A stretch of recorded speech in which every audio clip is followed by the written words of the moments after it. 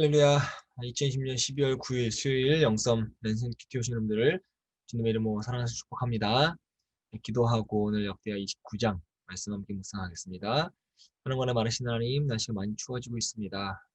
추워짐으로 인해서 또 코로나 바이러스가 확산되어질 수 있는 가능성이 더 많아지는데 우리 청년들 코로나 바이러스로부터 안전하게 지낼 수 있도록 주님께서 인도하시고 보호하여 주시옵소서. 또한 모든 국민들 코로나 바이러스로부터 안전하고 빨리 이 바이러스가 소멸되어서 일상으로 돌아오는 기쁨을 우리 모두가 누릴 수 있도록 하나님께서 은혜 내려 주시옵소서. 그 연말이 다가옵니다. 잘 지낼 수 있도록 인도하여 주시옵시고 건강하게 지낼 수 있도록 인도하여 주시옵시고 또 안전하게 사회적 거리 유지하면서 지낼 수 있도록 인도하여 주시옵소서. 또 하나님의 사랑을 깊이 경험하는 연말 되게 도와주시옵시고 21년 한 해를 힘차게 준비할 수 있는 준비의 기간 될 수 있도록 하나님께서 인도하여 주시옵소서. 감사드리며 거룩하신 예수님의 이름으로 간절히 기도합니다. 아멘. 네, 어제 하루 잘 지내셨죠? 오늘도 하나님의 은혜 가운데에서 또 기쁘고 복된 승리하는 하루 되시기를 주님의 이름으로 사랑을 축복합니다. 오늘은 역대하 29장 20절에서 36절 말씀인데 오늘 히스기야 왕에 대한 이야기를 하려고 합니다. 어제 이야기했던 것처럼요. 히스기야 왕과 백성들 예배의 모습을 좀 보여주고 있는데 우리도 어떻게 예배를 드려야 될까? 또 히스기야 또 백성들 모습 보면서 예배에 대한 이야기를 다시 한번 여러분과 함께 하려고 합니다. 우선 예배는 리더가 예배해야 된다라고 하는 거죠. 변치 않는 중요한 원리입니다. 바로 리더가 예배해야 된다. 오늘 20장 21절 히스기야 왕이 아침에 일찍 일어나서 도성에 있는 대신들을 불러 모아놓고 주님의 성전으로 올라갑니다. 그리고 21절에 왕가의 죄와 유다 백성의 죄를 속죄받으려고 황소 7마리와 수양 7마리, 어린 양 7마리, 수염소 7마리를 끌어다가 속죄 제물을 삼고 아론의 혈통을 이어받은 제사장들에게 명령해서 주님의 단에 드리게 합니다. 히스기야가 자신과 왕과의 죄, 유다 백성의 죄를 위해서 모세의 율법에 따라 속죄제를 드렸습니다. 리더는 예배를 지시하기만 하거나 예배 인도자만 되고 백성들에게만 예배하도록 하고서는 결탄코 아름다운 공동체 예배가 될 수 없다라고 하는 거죠. 리더는 예배하는 척만 하면서 백성들에게는 참된 예배를 하는 것도 결코 공동체를 올바른 예배로 세워나갈 수 없습니다. 참된 공동체 예배의 시작은 바로 리더가 올바른 예배자가 되는 것이죠. 리더가 자신과 조상들의 죄를 속죄하는 참된 속죄 예배를 드리고서야 공동체가 참된 예배를 드릴 수 있습니다.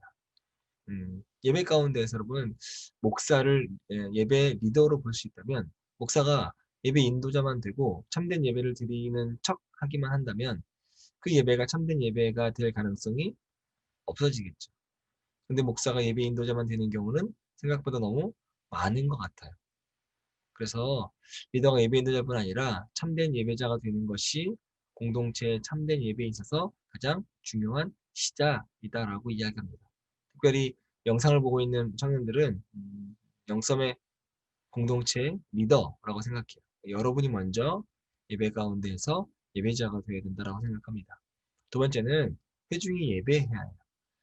27절과 28절 보시면 히스기야 왕이 예배하자 백성들도 예배하기 시작합니다. 히스기야가 번제를 제단에 드리라고 명령하니 번제가 시작되는 것과 함께 주님께 드리는 찬양과 나팔 소리와 이스라엘의 다윗 왕이 만든 악기 연주 소리가 울려 퍼지기 시작합니다. 그러자 28절이 이렇게 시작해요. 온 회중이 함께 예배를 드렸다라고 이야기합니다. 히스기야가 예배하라고 명령해서 예배 분위기가 만들어졌고요. 온 회중은 그 분위기에 맞춰서 함께 예배하는 것이에요. 근데 질문을 할 수 있겠죠? 리더가 예배하면 회중은 저절로 예배할까? 어때요? 그럴 수도 있지만 아닐 수도 있어요. 리더가 예배하라고 하고 그가 예배하고 또 예배 분위기 다 만들어 놓았으니 그 안에서 예배하는 척할 수도 있고요. 분위기에 취해서 자신도 예배한다고 착각할 수도 있지만 참된 예배자가 되는 건 이것과 별개의 문제입니다. 참된 예배자가 된다라고 하는 건 분위기에 취해서 예배드린다는 것이 아니라 예배자 본인이 자신의 죄의 심각성을 알고 속죄의 필요성을 깨달아서 자신의 전 인격적인 결단으로 예배를 드린다라고 하는 것이죠. 좋은 리더, 참된 예배자의 리더를 만나는 것도 중요하지만 궁극적으로는요. 예배자 각자가 속죄의 필요를 느끼고 자신의 전 인격적으로 결단해서 드려야 참된 예배가 될 수 있습니다. 예배신앙, 신앙생활 오래 한 사람이라고 더 잘 드리고, 또 신앙의 연수가 낮은 사람이라고, 즉, 새신자라고, 초신자라고 잘 못 드릴까요? 아니면 목사나 장로나 권사, 예배도 잘 드리고, 뭐 일반 성도들, 또 청년들, 또 어린아이라고 예배를 잘 못 드릴까요? 신앙의 연수나 직책이 예배자의 수준을 결정하는 것이 맞을까? 라고 질문하면 여러분 절대 그럴 리 없습니다. 참된 예배를 드린다라고 하는 건 신앙의 연수나 교회에서 직분과 전혀 관계가 없어요. 히스기야 왕의 시대 예배에서 이런 일이 발생해요. 34절. 그런데 번제로 바칠 짐승을 다 잡아 가죽을 벗기기에는 제사장의 수가 너무 모자라서 이 일이 끝날 때까지 성결 예식을 마친 제사장들이 보강될 때까지 제사장들의 친족인 레위 사람들이 제물 잡는 일을 거들었다. 사실 자신들의 성결을 지키는 일에는 제사장들보다는 레위 사람들이 더욱 성실했다라고 성경에서 이야기합니다. 직분으로 본다면 제사장들은 제사를 집례하는 사람들, 레위 사람들은요 성전을 돌보고 제사장의 직무를 도와주는 사람들이에요. 직분으로만 본다면 당연히 제사장들이 성결을 지키는 것에 있어서 가장 잘하고 성실해야 했습니다.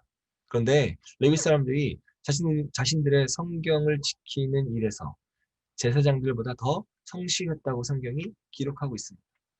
왜 굳이 이런 기록을 남겼을까요?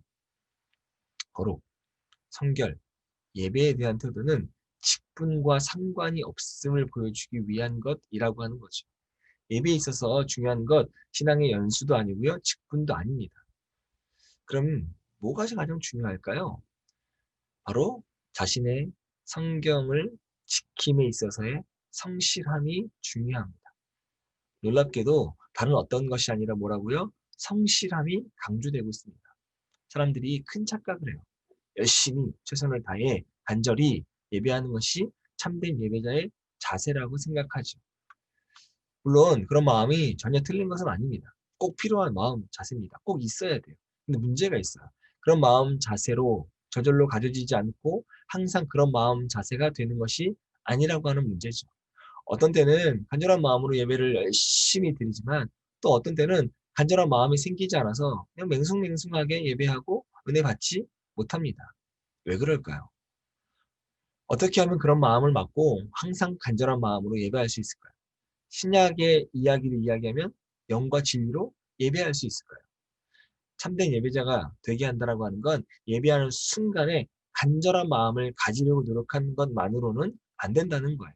그 순간에는 마음을 먹는다고 해서 어떻게 늘 참되고 간절한 예배를 드릴 수 있을까요? 그 비결은요, 레위인들의 태도에서 배울 수 있습니다. 바로 자신의 성결에 대한 성실함이라고 하는 거죠.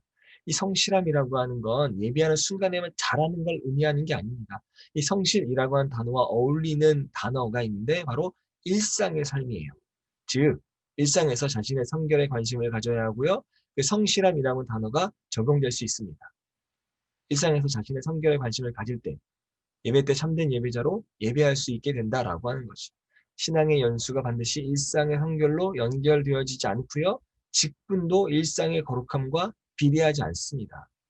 그렇기 때문에 예수님이 이렇게 이야기한 거죠. 먼저 된 자가 나중되고 나중된 자가 먼저 되는 일. 여러분 얼마든지 일어날 수 있는 거죠. 그렇다면 어떻게 해야 일상에서 자신의 성결에 성실할 수 있을까요? 이 성결이라고 하는 단어와 성실이라고 하는 단어를 각각 살펴보면 알 수 있습니다. 우선 일상에서 성결에 우리가 관심을 가져야 돼요.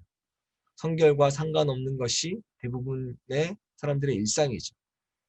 일상에서는 성결보다는 먹고 사는 문제에 집중하게 되고요. 세상에서 생존하는 것에 집중하게 돼요.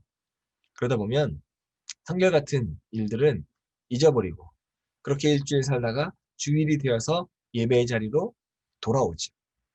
일주일 동안 관심이 없던 이 성결이라고 하는 주제, 갑자기 자신의 관심사가 되기가 어려워요. 그러니까 예배에 참여는 하지만 참된 예배가 드려지기 어려운 거죠. 성결에 대한 관심 어떻게 하면 생길까? 여러분 간단합니다. 일상은 똑같이 살아가요. 다르게 살아가는 게 아니에요. 더 많이 기도하라고 또 교회 와서 살라고 뭐 그런 거 아니에요. 일상을 똑같이 살아가지만 일상 속에서 자신이 얼마나 죄에 깊이 빠지는지, 자신이 얼마나 죄를 사랑하는지를 만나야 된다라고 하는 겁니다. 그 사실을 적나라하게 만날수록 자신을 절망하고 주님을 필요로 하게 되는 것이죠. 주의 십자가가 날마다 새롭게 필요해져요. 주님을 향한 마음이, 간절한 마음이 생기게 됩니다. 즉 자신의 죄에 대한 민감도가 성결에 대한 관심으로 연결되고 그건 주님을 향한 간절한 갈망으로 연결됩니다. 그것이 예배에 대한 갈망으로 또한 연결돼요. 그리고 성실이 또한 중요한 이유는 그렇게 자신의 죄에 대해서 민감하고 자신의 성결에 대해서 관심을 갖고 살아가는 삶을 하루만이 아니라 가끔이 아니라 어떻게 해요? 매일매일 하는 것, 그것이 성실입니다. 경건은 언제나 탁월한 것이 아니라 성실함이 보장합니다.